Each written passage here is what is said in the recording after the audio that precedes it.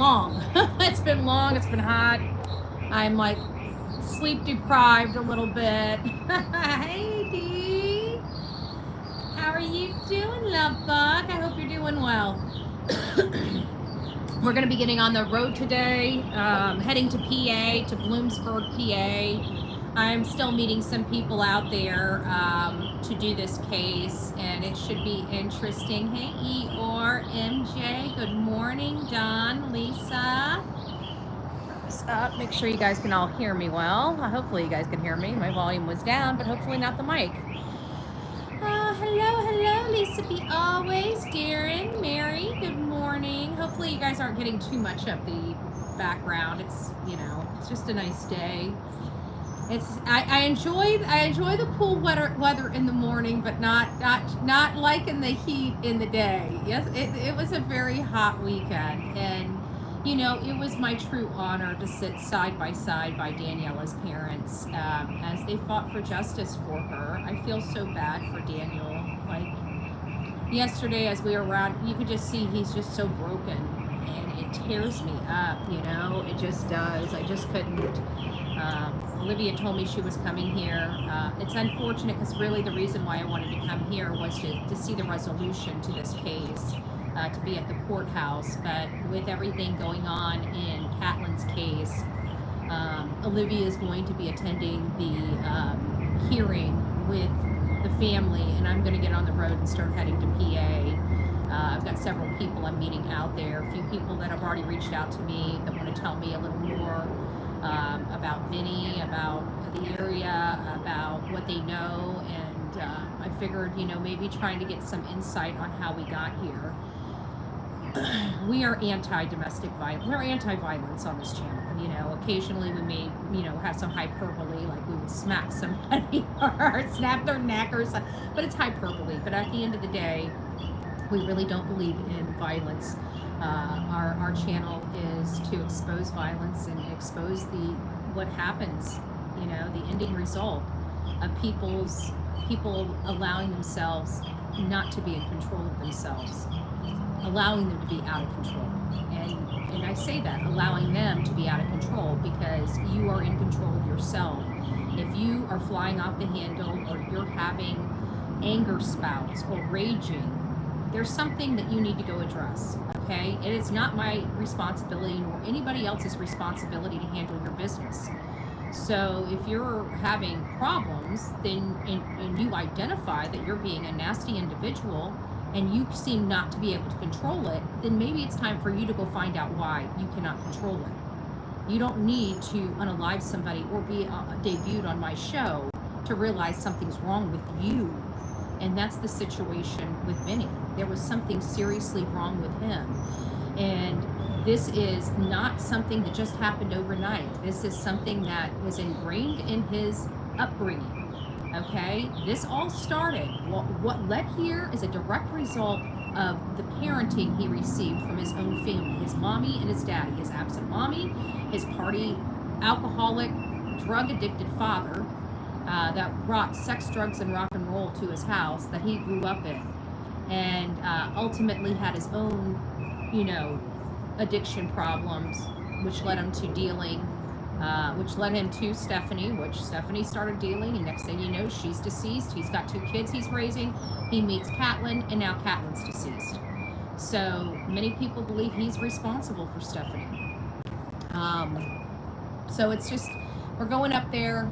There's a lot of information that we're getting and learning, and there's been a lot of great folks that have reached out to me. I know a few people have asked if we are going to still do a meet and greet. The answer is yes. The problem is I don't know when. I have a funny feeling what I'm going to end up having to do is most likely do this meet and greet like Wednesday afternoon. That's probably going to have to be it, because I'm getting up Thursday the next day and heading back to Florida. So, I mean, pending no additional breaking news, you know, there is rumors that there's possibility that he had help, but I haven't seen anything solid that would support that yet. but I knew just there was a gut feeling in me once we identified them, and I knew the state police was getting a hold of it. And anytime you get state police involved, cases move quickly, and that's why it's so important that when counties don't have the funds and don't have the investigative ability for whatever reason, it could be a variety of reasons. They need to be handing that stuff over to the state police to get the case closed. Because at the end of the day, shouldn't the victim be number one? Not their ranking, not their funding, not their anything. The only thing that they should be focused on is solving the case, and whatever that means. And I don't think that any police department or sheriff's department should be penalized for being proactive in moving the case up when they hit a wall or get a block and they can't proceed anymore. I think they should develop a system that rewards law enforcement departments for doing the right thing by the victim, not by the department, not by their chief, not by this, but what is in the best interest of that victim. And I think if they took a more victim approach to this, we would find a lot more being done. And hopefully we can get some of that stuff. Hold on, I gotta do something real quick. Hold on just a second. Sorry about that. I wanted to make sure you guys can hear me. I wanted to make sure my settings were set up. Just wanted to make sure my settings were set up.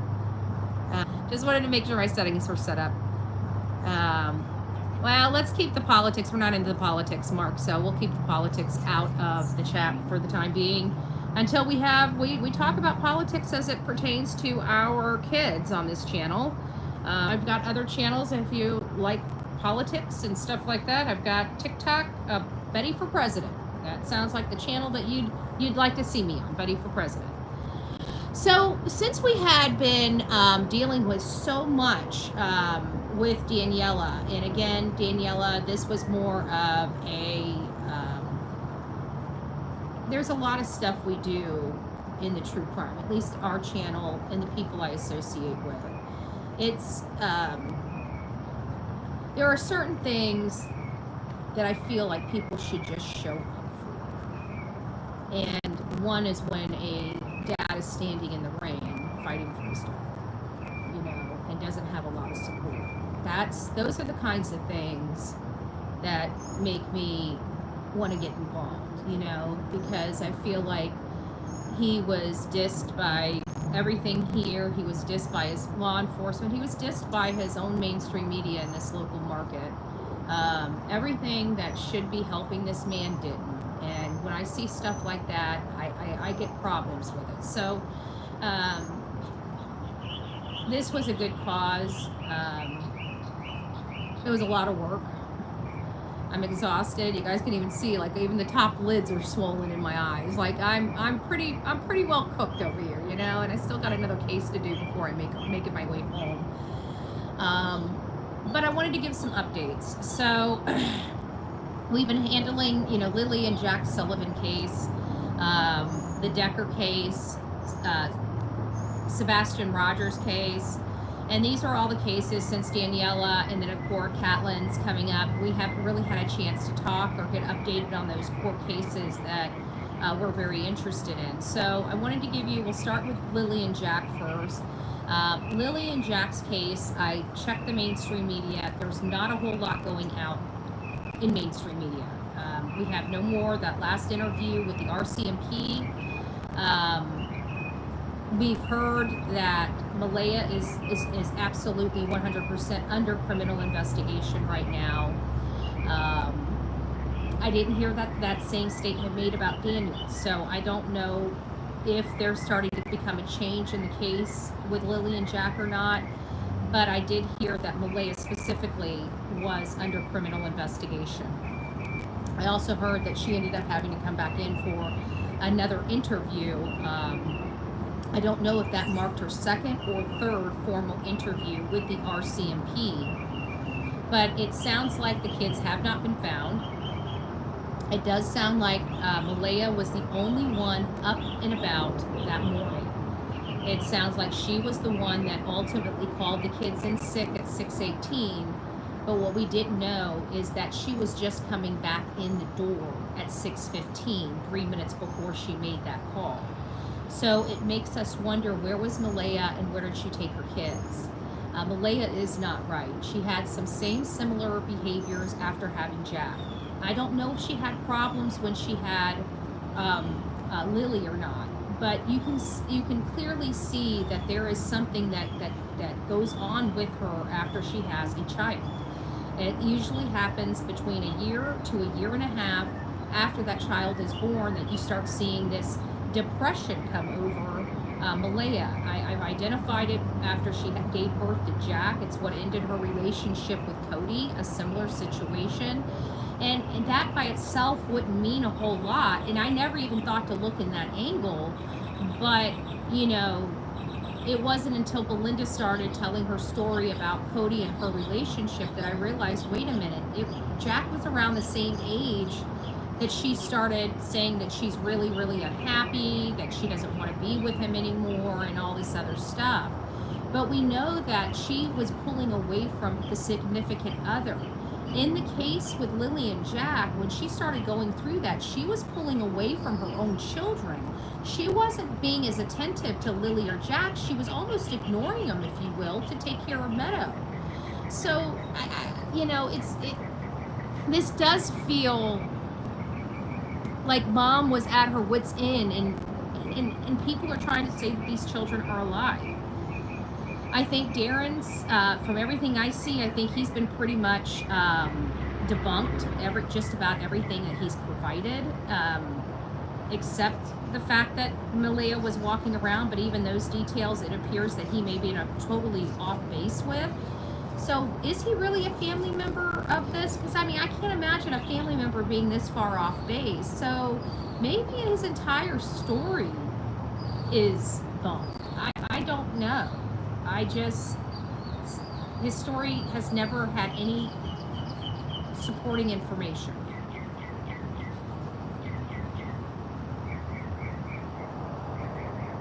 Kamala was, good gracious. I forgot I had already read that. Aw, thank you, Lady for Justice. Aw. Queen of Hype, it's nice to see you, love bug. Good morning. Karma Moon, I personally think he called kids out. He's blaming her, but I suspect him and his mom who didn't sleep. Huh. That's interesting, Karma Moon. I don't know what to think of them two, because I've never, like, my problem is I'm back and forth with Daniel, you know, of his involvement or lack of involvement. You know, I don't know one way or another. I just feel like something's not right with him. I've just felt like he knows more and isn't telling, and I don't know if that's because he's trying to protect Malehya or himself, or both. And that's, you know, that's my contentions with that case, because there was just a statement he said that kind of resonated with me. He said, you know, I'm the only one out here fighting for them, which is sad. And I never quite got off that statement, because that statement to me sounded truthful.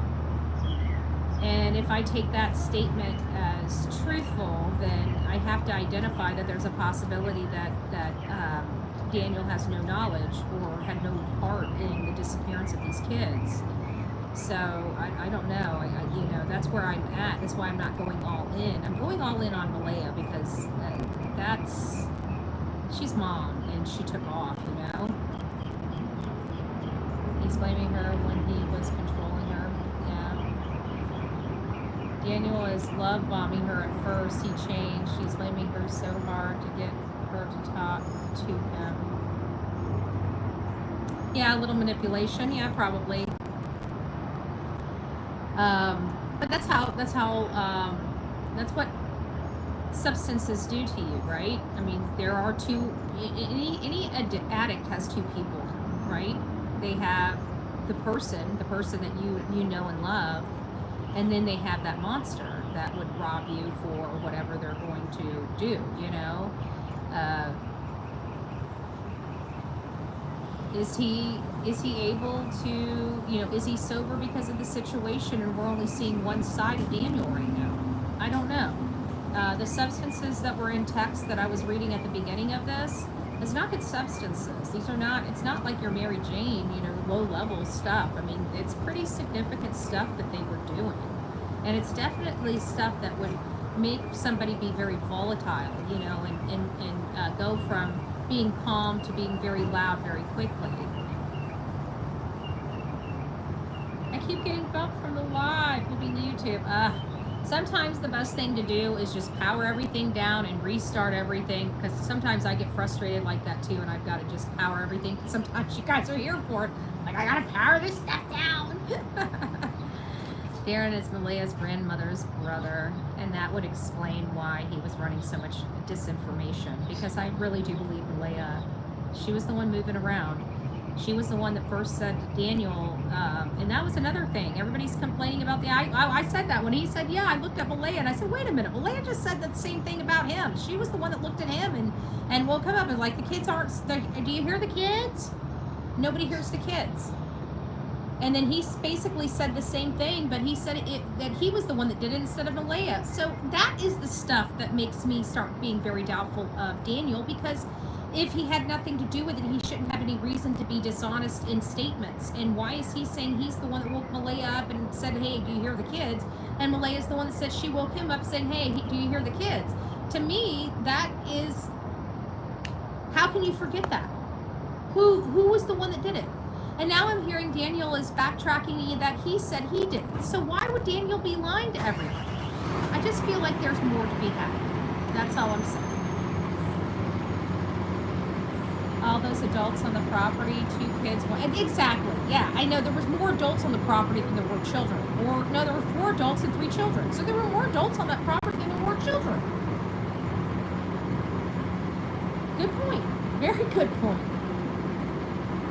She's probably as attracted to unhealthy, toxic parents for some reason. That people do that.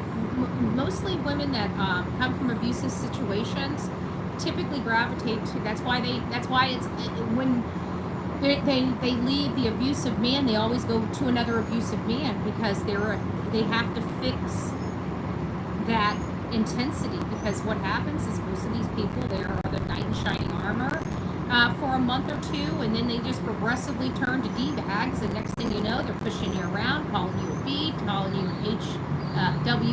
WHORE, and you know, who you've been with, what you doing, and it just starts progressively getting like that, and you're so used to defending yourself, you know, from these allegations that you're not even realizing what's happening, but every time they're doing that, they're weakening you and stopping you from going out with this person because you don't want to deal with it. Next thing you know, you've isolated yourself from the entire world, and they're beating the crap out of you every day. I mean, that's basically kind of the progression, how it just rolls. Mom is sus as all get out. Yep. That's it. Barbosa, funny thing is, we've seen quite a few of these situations where the mom I know. It started for me, I think the one that never went out to help and search, because we were just, you know, fresh into this side of stuff, was Summer Wells. That was the first time I had never, because you know, when we see missing people on the news, in our newspapers prior to this, when we were younger, you know, you always seen the parents out there with these search groups, you know, going through woods, knocking on doors, not really giving a crap whether they're intrusive or rude to people, because they're wanting their kid. And that was the first one, is Candace Bly not speaking, and Candace Bly being protected by her husband. And then then it was the next case, you know, and then the next case. And in most of these cases, everybody's like, why do you blame the parents? Are you kidding me? I'm a true crime. In the majority of my cases, the parents murdered their damn kids. Okay? It's usually not stranger danger. It's usually the family. Okay? So why do I always look at the family first?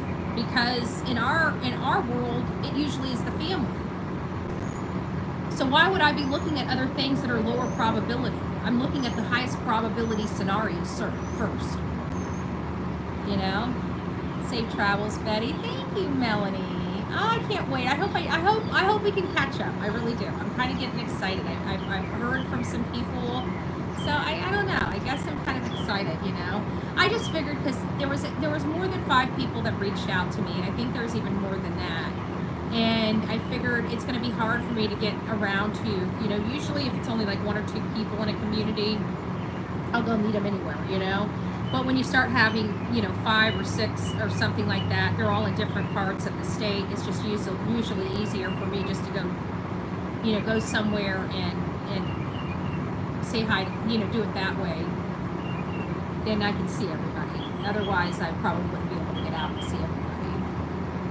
I do the same. Just restart the phone. Yeah, that's what I do. Mm-hmm. Good morning, Faye. It's nice to see you. Hello, Teresa. His story changed. She drives around things. Katie did. Yeah. Well, I identified that their behavior and statements were like the area and the story kind of has more resemblance to like Summer Wells' case, but the behavior and actions of the parents, they kind of more mimic Chris and Katie, you know.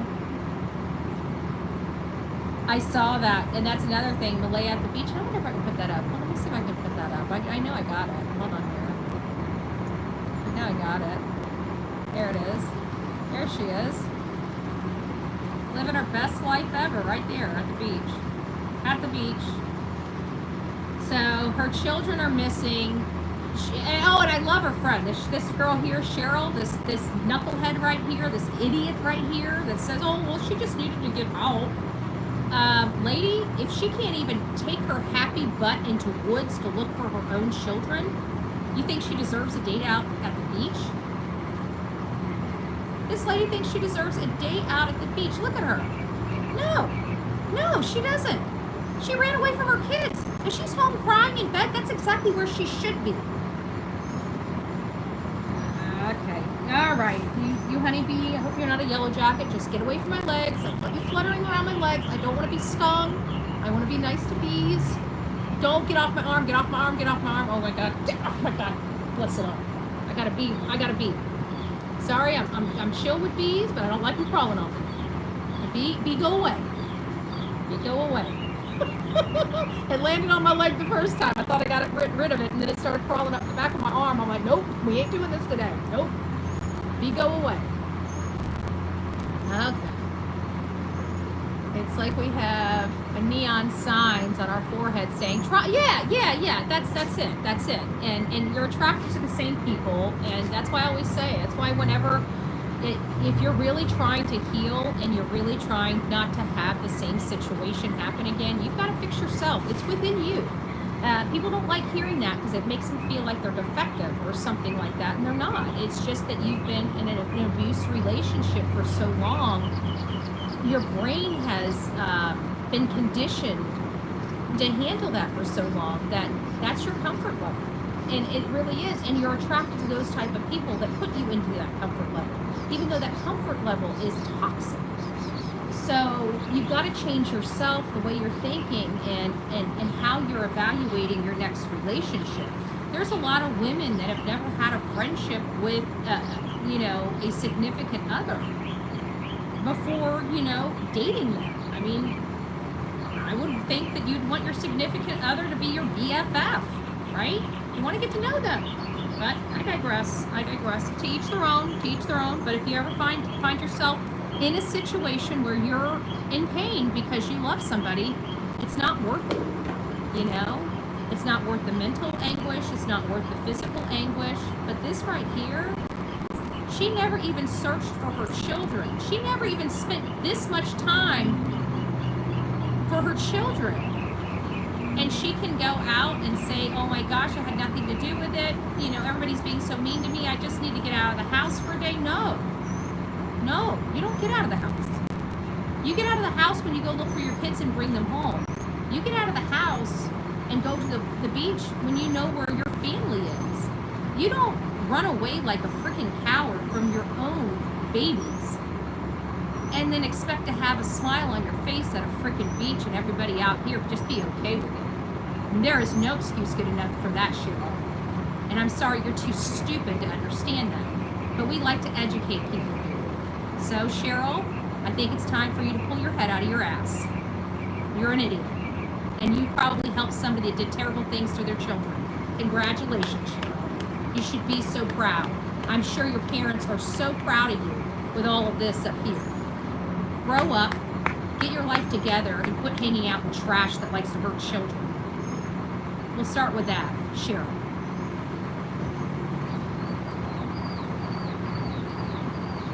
Just so. So then, let me go through here, make sure you guys got note. We'll move on over to the next case. It might be. I think everything I'm hearing, think about it. Malehya being locked up in the house all day, taking care of 3 children, you know, living out there in squalor. It's not her. Guys, there's nothing wrong with people living like that, but this is not her. She didn't come from that kind, you know, that lifestyle. So if you're accustomed to that lifestyle and you're fine with that lifestyle, that's okay. But they have heritage and culture out there, and she's an indigenous woman, and I have to think that her family was not too pleased with some of her choices, okay?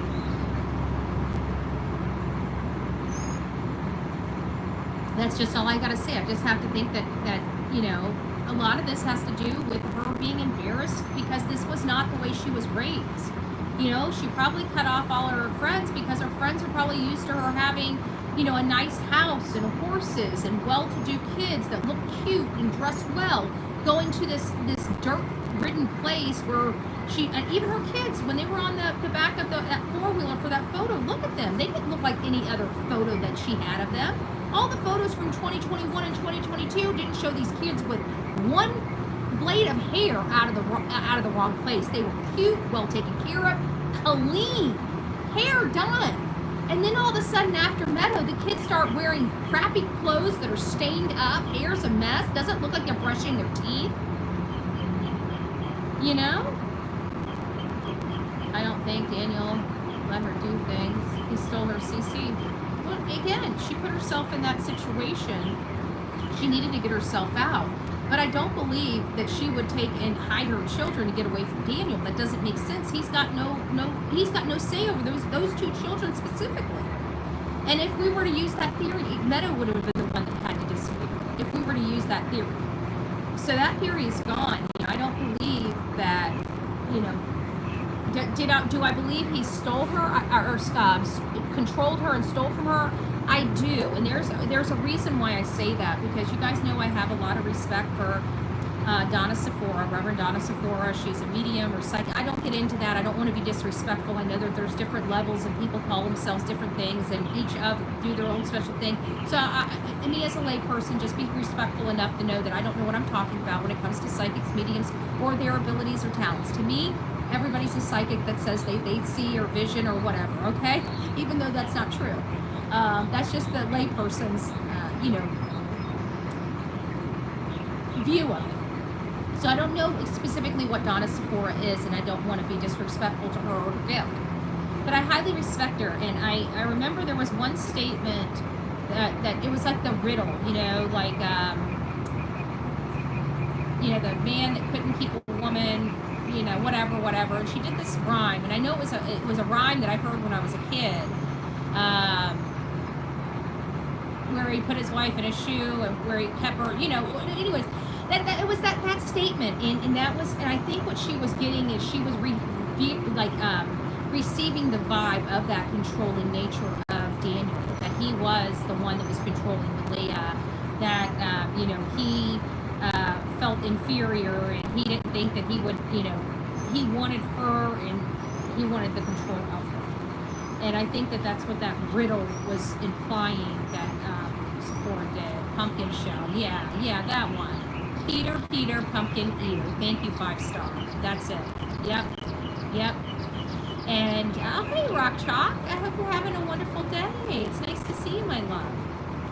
Been a while. Yep, that's it. And so that was when I realized that she must be getting some of that vibe, some of that feeling from that controlling nature of him. And so I do believe he was, and that's why I've been very hesitant with Daniel, because there's I can tell that there's some layers there, and I don't want to be inaccurate. You know, I'd rather I'd rather take a slow dance on this one than, jump the gun. I already feel like there's some vibe between the parents. I'm exploring that a little bit more, but I haven't found resolution to it yet. I do really believe that at this point we're going to deal with another mother situation here. I don't think the actual whatever happened was a direct result of Daniel specifically. The way I'm feeling right now. And again, that could change. That could change pending new information.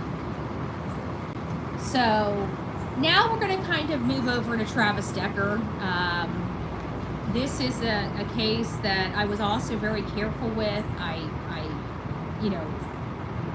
viewed this, I analyzed it, I reanalyzed it, I kept going back to it, and there was something in me that just would not allow me to get on board with Travis Decker being on the run.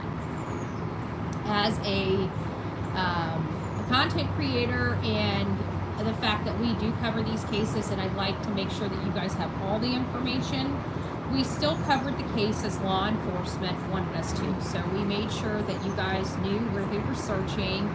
We made sure we went over their press conferences. We made sure that everything that law enforcement wanted to convey to the public was properly conveyed to the public on this show.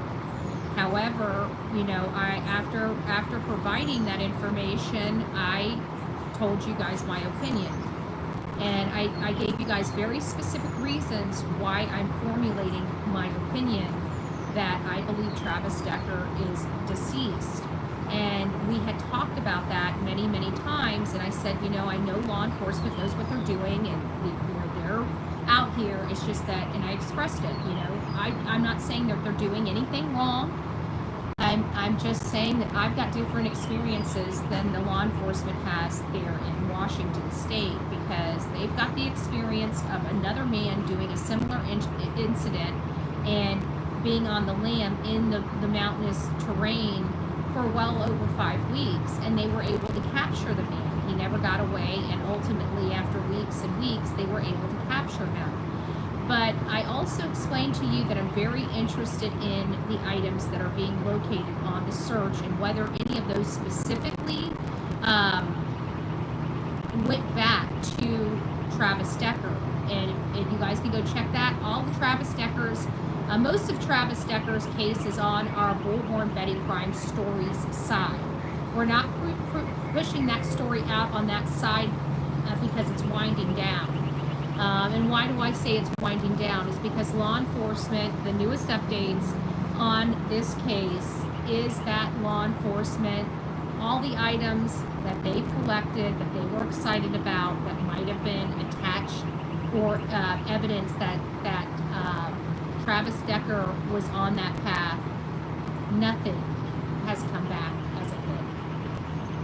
And it brings me right back to my statement. Again, I'm very cautious when I give assessments. I work very hard to analyze these cases, and I take many, and when I say many factors into consideration, I take many factors into consideration. For example, for Travis Decker, I was looking at information and statistics on family annihilators. I was looking at other family annihilator cases. I was researching military. I was researching military PTSD and other military mental behaviors. I was looking at different psychological profile assessments. I went through a lot and took my time to really understand the facts of the case. And I was uncertain what was going on with Travis in those early days. And so, again, I really didn't have a whole lot of opinion to express until I heard from Mom. And the first time I heard from Mom with her attorney, and she started describing some of the situation that she had been dealing with Travis Decker, the military, the PTSD, the other mental health issues, in learning about the divorce, the initiation of the divorce. divorce, the fact that he's the one that initiated divorce. He was starting to become volatile. He was becoming violent toward his family.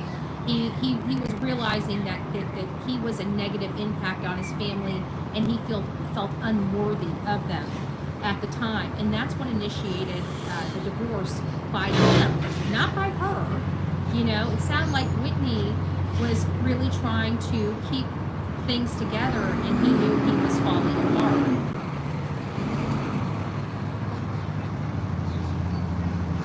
We need to get our veterans better help, my opinion. Oh yeah, absolutely. I fight for veterans help in my county.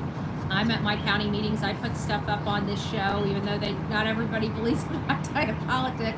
But I think they all are at least appreciative that I just don't sit and complain. If I'm going to say something, at least I try to make a difference, you know? I mean, if there's nothing more about me, that's at least it, right? If I see a problem, at least I try to fix it, right? I don't know. It's a weird thing, but I was really, listening very hard, and I told you guys when we were listening to all these, I said I'm listening for very, very, very specific information. And when you get down to where you're listening for very specific information about a case and you're not hearing it, I'm starting to get further and further from the path of the law enforcement and starting to get further closer to the path that I really think had happened.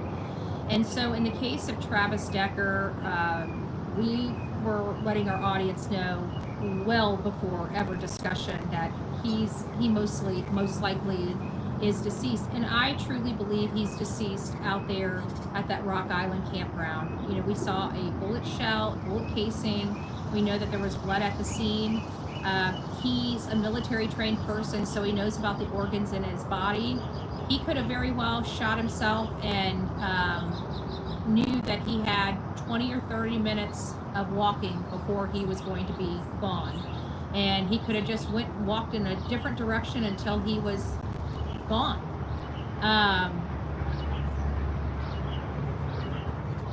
There would have been, obviously a trail of blood or whatnot. There's other things there, but we do know there was a bullet casing there, which implies he may have a firearm. And, he had 3 days. He literally could be 2 miles away or 20 miles away, deceased somewhere out there. But I've always felt that he was deceased. It was very hard, and I told you guys there was just something in my gut that just would not let me get on board with this whole manhunt. But I did what I had to do. I let you guys stay informed with what law enforcement needed to let you guys stay informed with. But my gut was so overwhelming, that I was expressing it and made sure I expressed it because it was that overwhelming for me. Like it was in my gut saying, they're off base here. And, you wonder if you're right, if you're wrong, but I just have a strong feeling. And when I have strong feelings, I have strong feelings. I don't know where they come from. I think that it's just based on my experience and other things that just keep me in check. But I don't know. I just know what I know when I know. I trust my gut. I've learned that over the years that, even at the house, when something falls, listen to this. As crazy as this sounds, listen to this. True story. I tell you guys this all the time. Every time I go on a trip, if something falls in front of me, as insignificant and as ridiculous as it may be, if it falls on the floor when I'm packing, it goes in the bag. Because there has been so many times that something has fallen in front of me when I'm going out the door for a trip and I get where I need to go because I left that behind, that item that literally threw itself at me. I left that behind, I get to where I'm going, and lo and behold, I need that very item. And had I picked it up and put it in my bag, I would have had it. So over the years, when I'm packing up, if something flings itself at me while I'm packing up, it goes in the bag. I've just learned it. It's as crazy as it sounds. I'm not a crazy lady. I know some people try to say I am, but it's a true story. And something came over me, and it said, you need to pack up your plasticware and your paper plates. And you guys can understand how ridiculous that sounds. I'm not packing up paper plates or plastic, right? I thought about it, and I'm like, if I really need it, I'll just get the paper plates and the plasticware, right? Well, we never got the paper plates and the plasticware, but guess what? We absolutely needed the paper plates and the plasticware. Just to tell you, these are why I do some things. I trust whatever, you know? And over the years, I've just done it that way, and you would be amazed how many times something has propelled itself in front of me. I live alone. I have a dog, but this all happened before my puppy. And that is something you need. So trust me, if it happens to you, you're going to thank me. You're going to go, Betty told me about this. This was flung in front of me. I'm taking it with me. Get where you're going. You're going to find out you needed that. Dollar store run, I know. But we were on the run the whole time we were here. We didn't have time to go get it. And how convenient would it have been had I just brought the paper plates and the plasticware? Like, it was right there. I could have just grabbed it and stuck it in the car in a plastic bag. How easy that would have been. And that I left that because I thought, how ridiculous, me coming up there with paper plates and plasticware. And as soon as I get here, we need paper plates and plasticware. Insane, insane.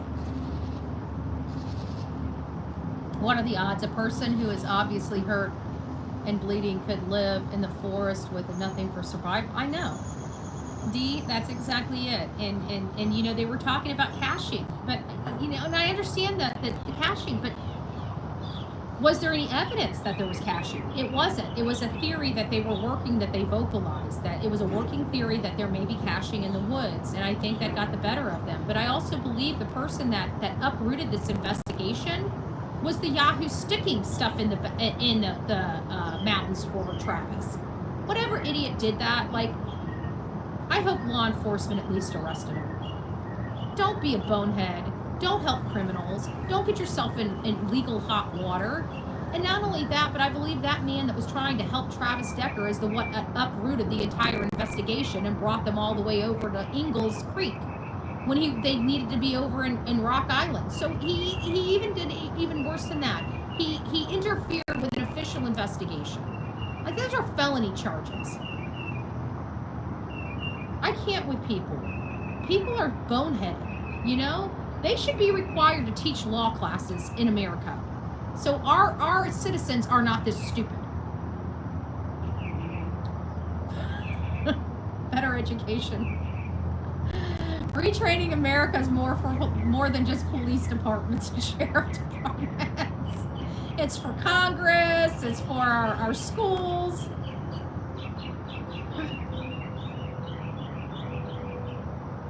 Let's see what I got here. They got the shooter, but wonder why they did that in high. Guys, that was creepy. That was creepy. That whole Coeur d'Alene thing. You know how you guys recognize that name. That's where Kaylee Gonzalez is from, is Coeur d'Alene, Idaho. That's where her family resides. So this, you know, after everything the Gonzalez have been through, now they're dealing with this crazy person loose in their community, of all things. You know, that had to have been, that probably was a lot of PTSD for that family. I couldn't imagine doing what he did without major. Yeah. I don't see.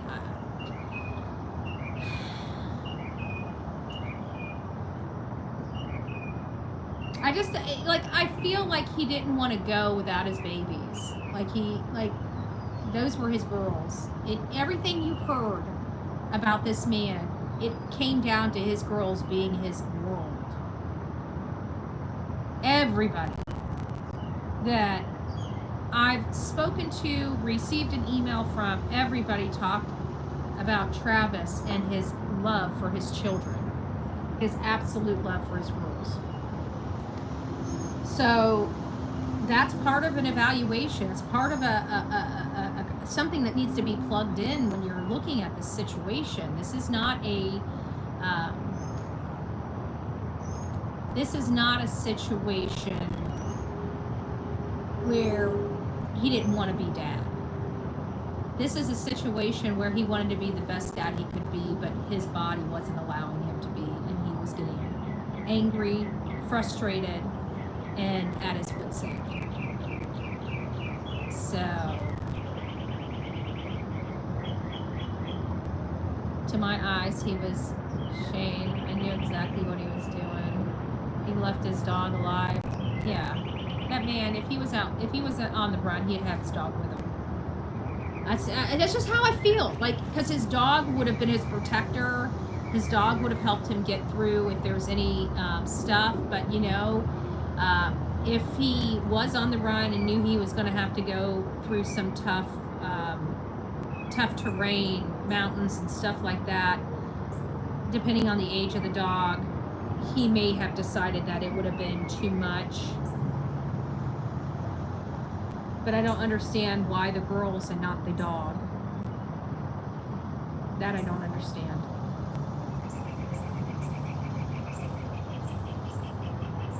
Maybe I'll have an epiphany and all of that will make sense. But maybe he tried. Ooh.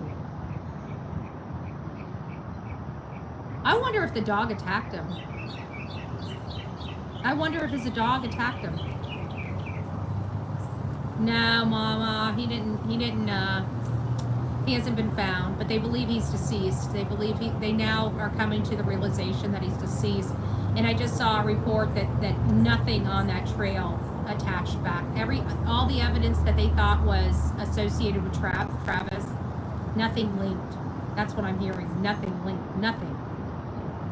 So that tells me he's most likely back at Rock Island, you know, somewhere in that vicinity.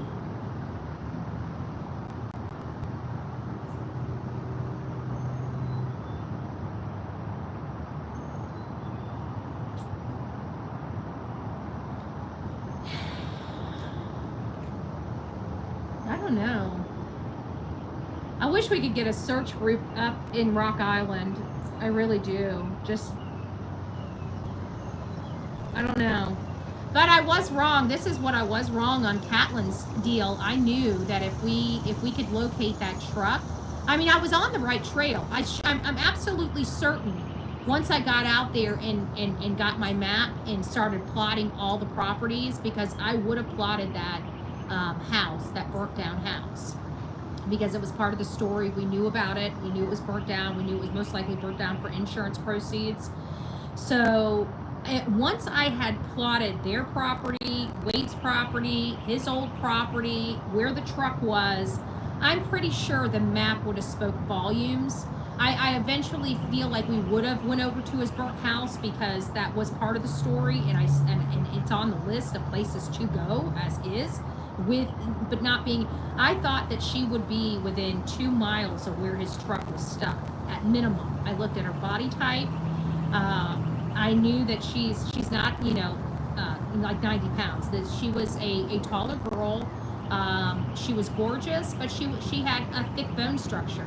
So she was kind of more in line with me. So I would think, you know, a $150, $140, $150, somewhere around there for her weight. Maybe, I think she's like 5'4".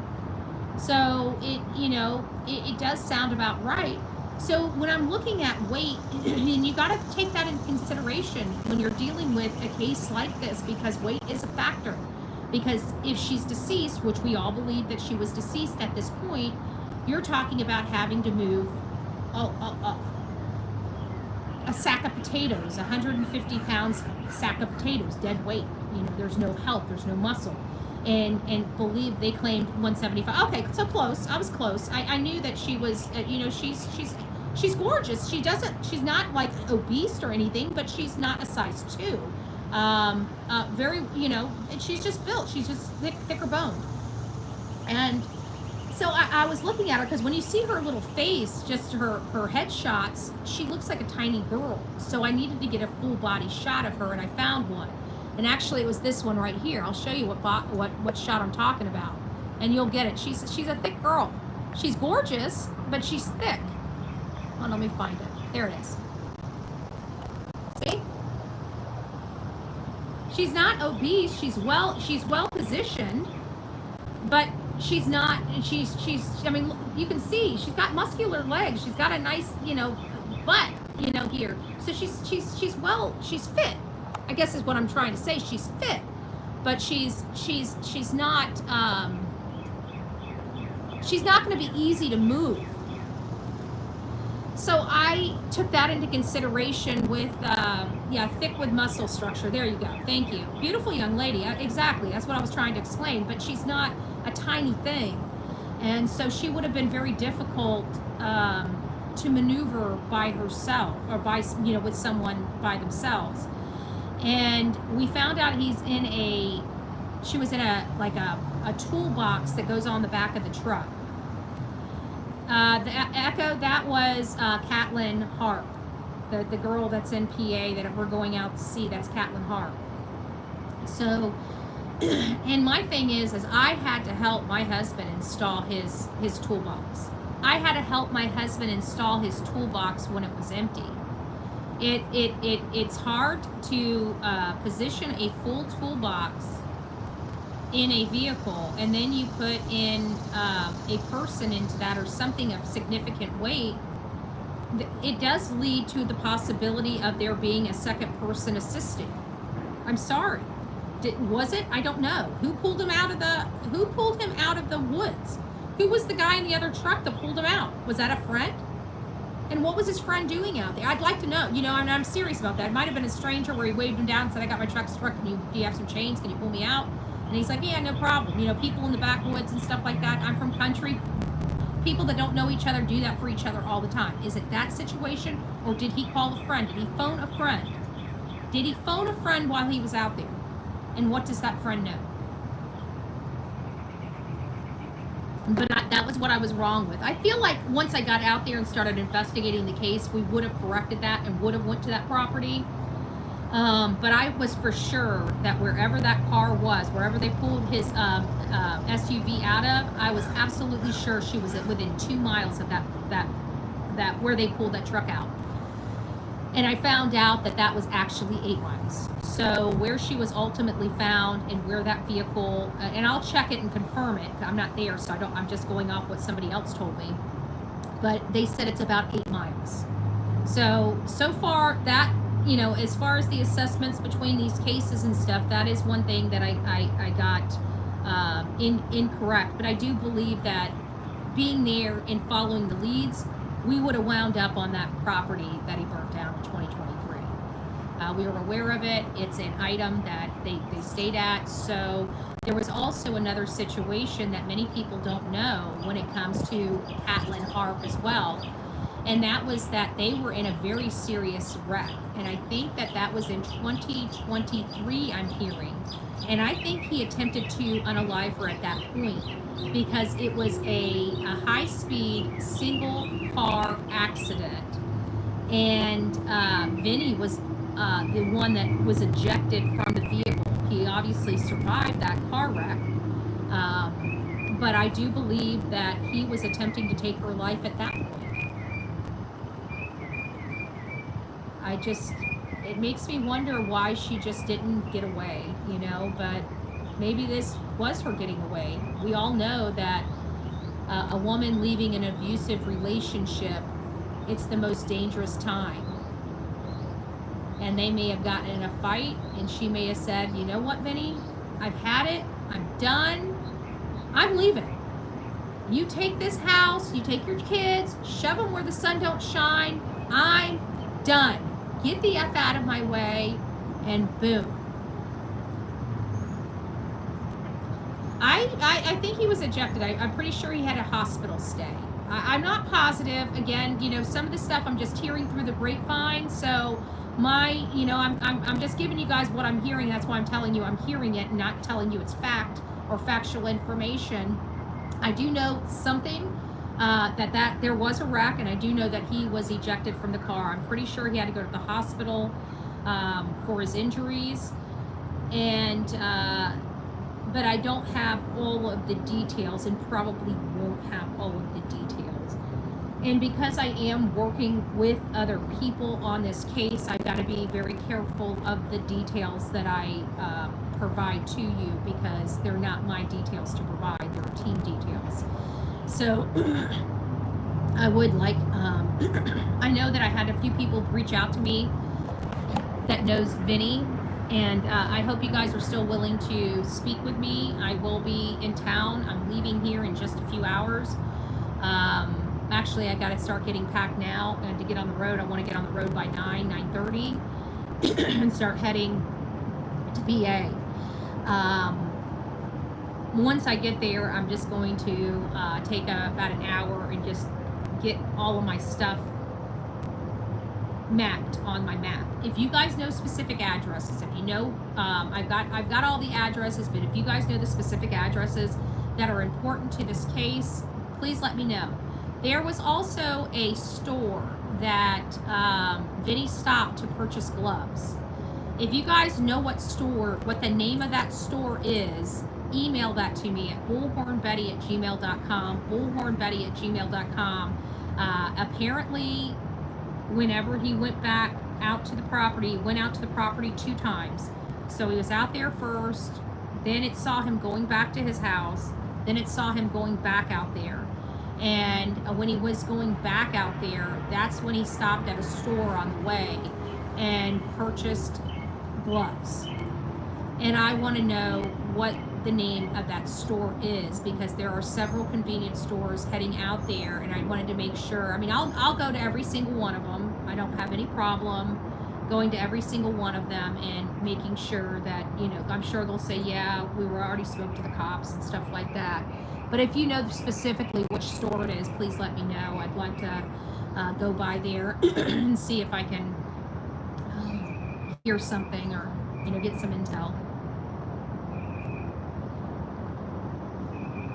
Yeah, Jackie, I'm still going to PA. We were going originally out there to search.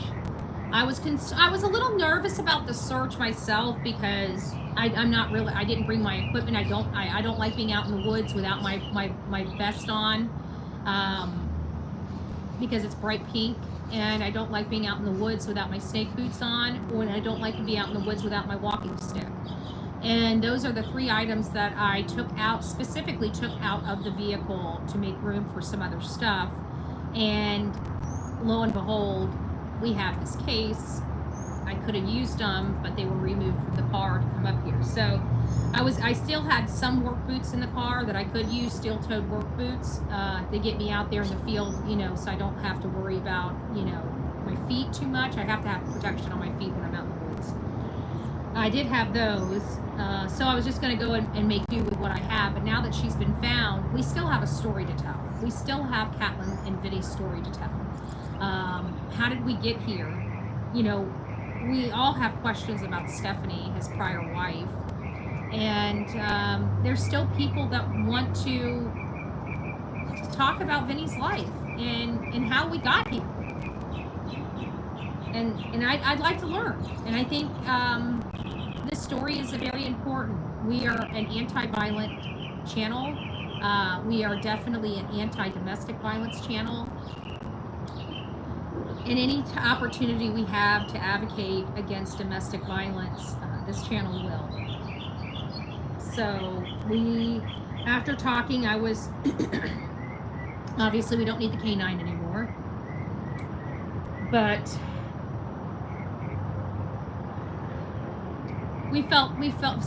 feel strongly that there's enough here that it's worth bringing the story to the audience. So I'm gonna go out there. It's just a couple days. I'm going out there tonight. It's, you know, we lose a day of travel, so I'm not gonna be able to really get anything accomplished today.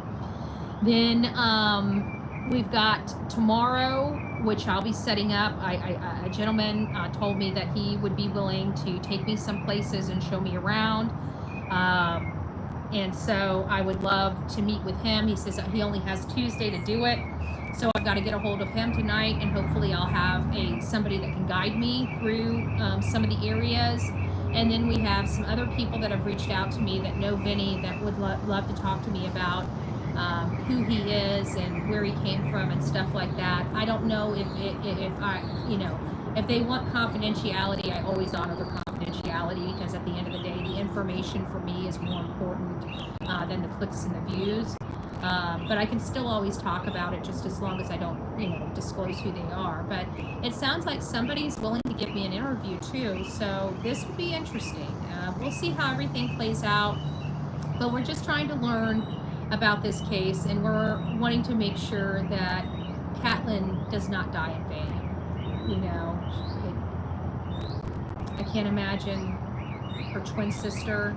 I did find out, I was right at the beginning, it was a twin sister, not a twin brother. I don't know who came in here and said that her twin was a boy, but it sounds like the twin is the girl. She does have a brother, but I don't think it's her twin.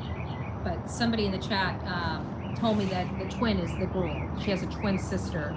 I don't know if they're identical twins or not. I have never seen her sister, so I guess only time will tell. I can't imagine that the family would want to speak. But if they do come across my video and they would like to, I'm happy to speak. Otherwise, I'm just going to kind of work around, them and just kind of get what I need to get out there. My heart bleeds for them, and I hope and pray, they get some type of justice and closure. I hope they get better justice than Daniela's father gets for his daughter. I really do. And I think Vinny's time has been coming for a long time. I don't know why he wasn't in prison long before this. He sounded like a really bad dude that did a lot of bad things and just seemed to be getting, squeaking by life. And, at what point are we going to realize that people that are violent don't change unless they're forced to change? And we're just not forcing them to change. We're slapping them on the wrist and saying, okay, well, if you can handle being in jail for 12 months, you can beat the crap out of anybody you want. To somebody like Vinny, a year in jail doesn't mean crap. I don't know. It's sad. Who else do we have? We have Caitlin. We went over Caitlin, Lilly, Jack. We went over the Deckers. Okay, Sebastian Rogers, as many of you guys know, we're going to be working on that. We've already got a good head start. I do need to get my list together.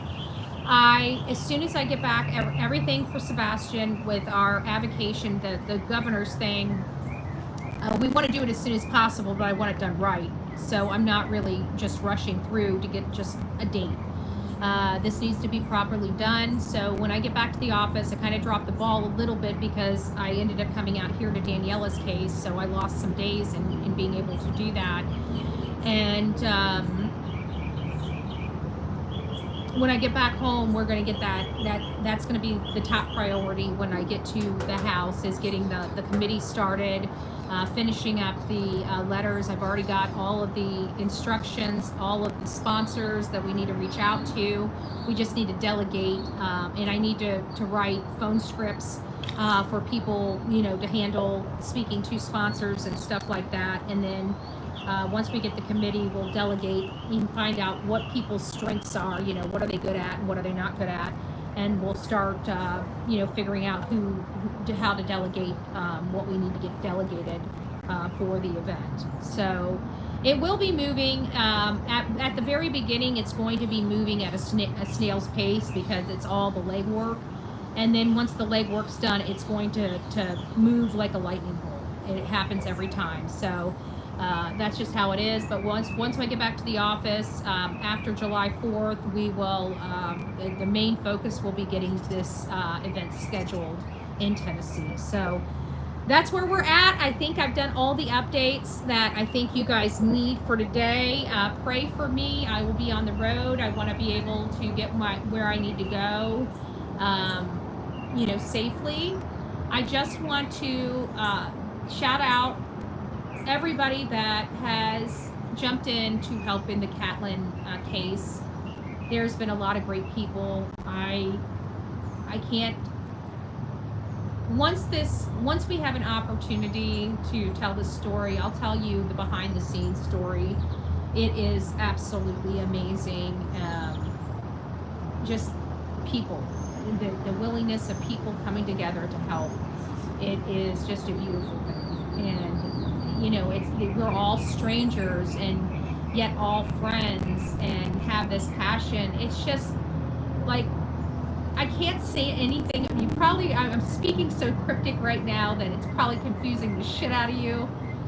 But there's a story behind this story, and it's a beautiful one. And so the people that are involved in it right now, they know who they are, and I just want to tell them thank you because they've done an amazing job, and more to come on that front. So we'll talk soon. I love you guys.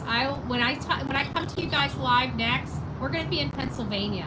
We're going to be telling the story of Caitlin Harp. So stick with me. We'll see you guys soon. God bless you, and rock it out with your coffee beans out. Thank you for all of the loving support. Good morning, Missy Motor Mouth, and I'm leaving. Oh my goodness. Well, it's nice to, I'm glad I got to say hi to you before I signed off. I'm glad I got to say hi before I signed off. Rod, it's nice to see you. Faye, I know Pete's got to be up here. 5-star, Crystal Pistol, all the people I forgot to say hi to earlier. It's nice to see you guys. Echo Zero, it's nice to see you as well. Good morning. Good morning. All right, guys. Well, it's been an amazing day. I appreciate all your love and support in the chat this morning. For those that received, I don't know, let me just go through the gifted stuff because I haven't done that in a little bit. Hold on here. Let's say hi to everybody. What we got here? Well, Melanie says, safe travel. Oh, good gracious. I missed you. Great Prime with Grace. Gifted 5 Bullhorn Betty memberships. If you received your Bullhorn Betty memberships, don't forget to tell Great Prime with Grace, thank you. And for those 5 beautiful family members, welcome to this crazy family we call the Coffee Club, i.e. the Insane Asylum. Grab your straitjacket and your padded room. It's going to be a bumpy ride. So thank you guys. You guys are so sweet. You guys are so sweet. And hopefully we get out here. But the good news is I actually have a war room to work in on this trip. So I'm really excited that we're all coming together, and I really think that this is going to be, we're going to have a good understanding of what happened within 2 days. I think we're going to have a good understanding of what happened in this case, how we got here, and more importantly, learning about the victim. If you guys know anything about my style, one thing I can't stand is the perpetrator getting the spotlight. When we did, when we did a lot of things, Gabby Petito, but moreover, the Idaho 4, a lot of people at the time we did the interview with the Gonzalez, everybody was talking about who they thought could have done it to their children, and this, that, and the other. And I was just, I felt like Kaylee and Maddie were getting lost. We really didn't have the connection with Xana or Ethan that we had with Kaylee and Maddie's family. So it was a little more difficult, for that. But for them two, it was their story, their friendship was beautiful. The story behind Kaylee and Maddie, it's just a precious friendship. And all of that, all of the ugly was overshadowing the beauty. And when Olivia and I got there, we talked about it. We were talking about different strategies, different things, how we wanted the interview to go. And I said, you know what, the one thing we're not seeing across this is the humanization of these victims. And so we went in there to learn about the girls. And we wanted to learn about their friendship. We wanted to humanize them for the world. And that's much like the focus of this. I don't want Vinny being the star of this show, because he's not. He's the villain. The star of this show is Caitlin, and she should be heard. Who she is should be resonated. At the end of the day, she was a good mom, a loving woman that didn't deserve to have her life taken away from her because of a rotten dude. And that's the story. So hopefully we can go out there and learn not just about Vinny, but also learn a little more about Caitlin. And maybe this story will help somebody leave their abusive relationship and give them a fresh start. And, that's the one thing I can say about Gabby Petito's story. A lot of women left violent relationships because of Gabby Petito. And if we could just have 1/10 of that passion, on Caitlin's case, it could save a life. you know? It could save a life. So, hey, Outer Banks, it's nice to see you. Mama, it's nice to see you as well. Earth to Ashley, hey, hey, hey. Well, guys, I am wrapping up. It's 8 o'clock. It's time for me to go get packed up and get on the road. So, I will be seeing you guys soon. I will see you guys soon from PA. Say a prayer for Betty for safe travels. I miss Delilah something fierce. I can't quit looking at photos of her on my computer and blowing them up as big as possible so I can kiss her cute face because I miss her so much. Yes, I am being serious. I blew her up on my computer to give her a kiss. I'm dead ass serious. I miss my dog. I'm ready to see Delilah. I'm ready to see Delilah. All right, guys, I will see you soon. Take care. God bless.